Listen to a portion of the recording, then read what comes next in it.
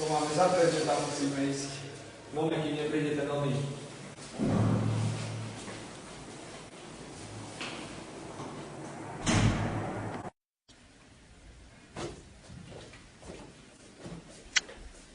Ty vole, čekuj ten názov.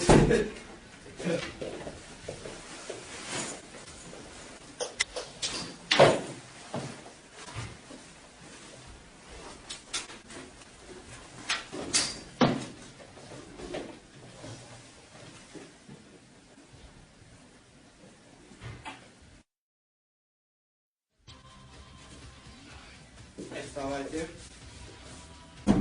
Dobrý deň. Volám sa Ernest a vítam vás tu. Tak dáme si dole slúchatka a môžeme začať. Ďakujem. Takže poďme k veci. Prvý bod programu recyklácia odpadu. Recyklácia je v súčasnosti často používaný pojem a rozumieme pod ňou opätovné zhodnocovanie materiálov, ktoré boli už na nejaký účel použité a stal sa z nich odpad. Bežne sa recyklujú kovy, ako železo, hliník a med, sklo, papier, rôzne druhy plastov a iné typy odpadov, ako napríklad elektronický odpad, ktorý sa skladá z viacerých typov materiálov. Takto získané materiály sa ponúkajú buď samostatne, alebo väčšinou ako prímes pri výrobe produktov z priamych surovín za účelom zníženia výrobných nákladov a v niektorých prípadoch aj za účelom zlepšenia vlastnosti samotného produktu.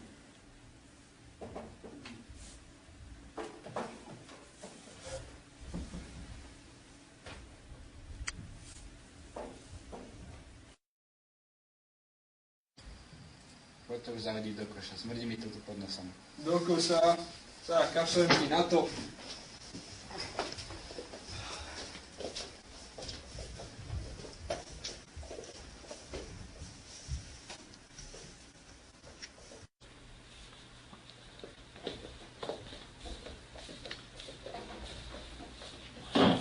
Smeti patria do koša. Raz sa vám to vypomstí.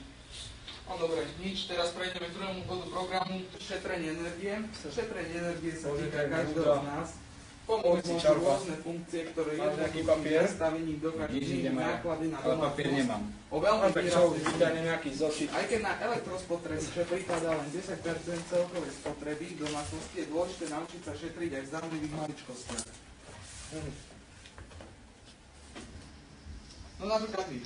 Vedeli by ste si predstaviť život bez elektrickej energie?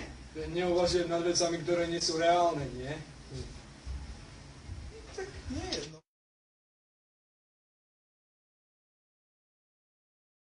Takže na dnes nám zostalo už len spomenúť dôležitosť a škodlivosť pohonných hmôt.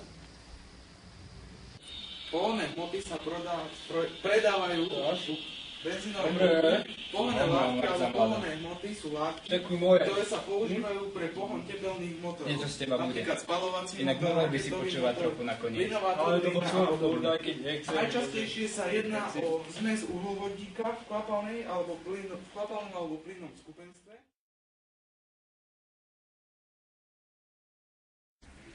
No tak, predtým než odídem, chcel by som sa konkrétne vás pýtať, čo by ľudia robili, keby došli pohonné hmoty, teda palivo? Tak ľudia začnú používať bicykle a kolobežky, nie? Isté, a keby tak zajtra vyhlásili predajcovia štrajk. No to určite, ale tak sadnem na bajk a už fičím, nie?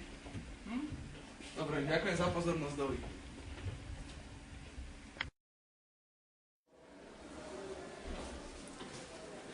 Počkaj, nevravil si náhodou, že sa nevieš bicyklovať? Neviem, ano a čo?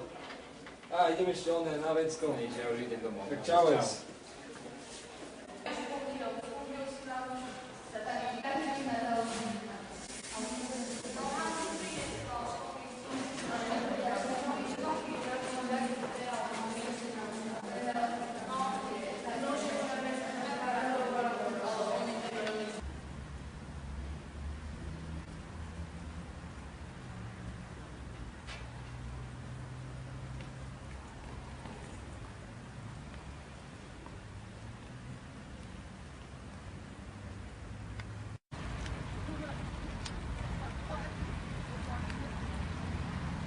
Čau, čo ty tu?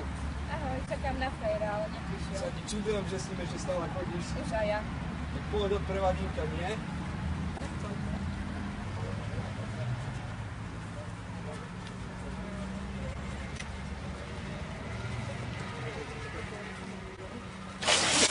Bože, Michal, stalo sa ti niečo? Nie, len bunda je v prdeli. Tak poď, vstávaj.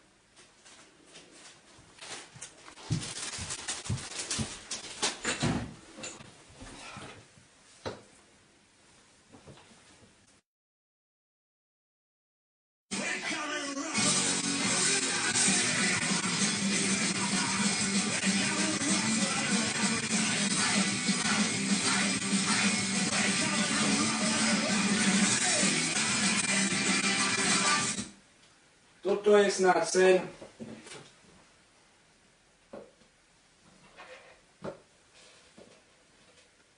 Čau, aj u teba je tma ako v rohu? Nie, neviem. Do keľu info. Tak počkaj chvíľu, idem na bus, za chvíľu som u teba, si to odpíšem. Čau.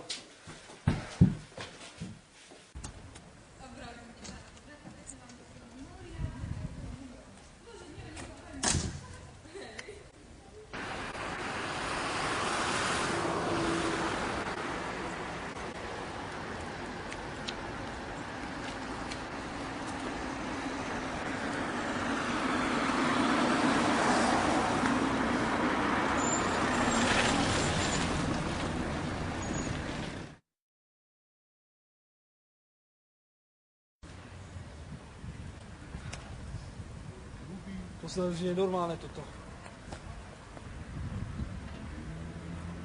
Štrajk? To sa nie je pravda toto. Ty kokso.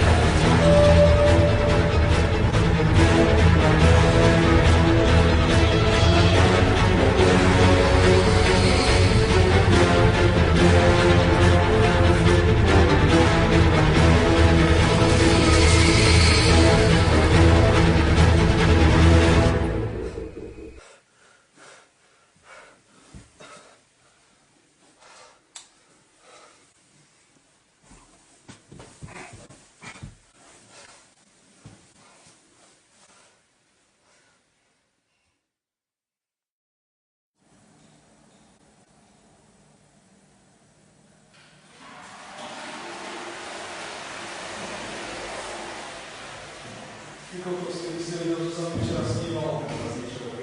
Je to dále desivé. Tak hovor, to ma zaujíma, čo to bolo.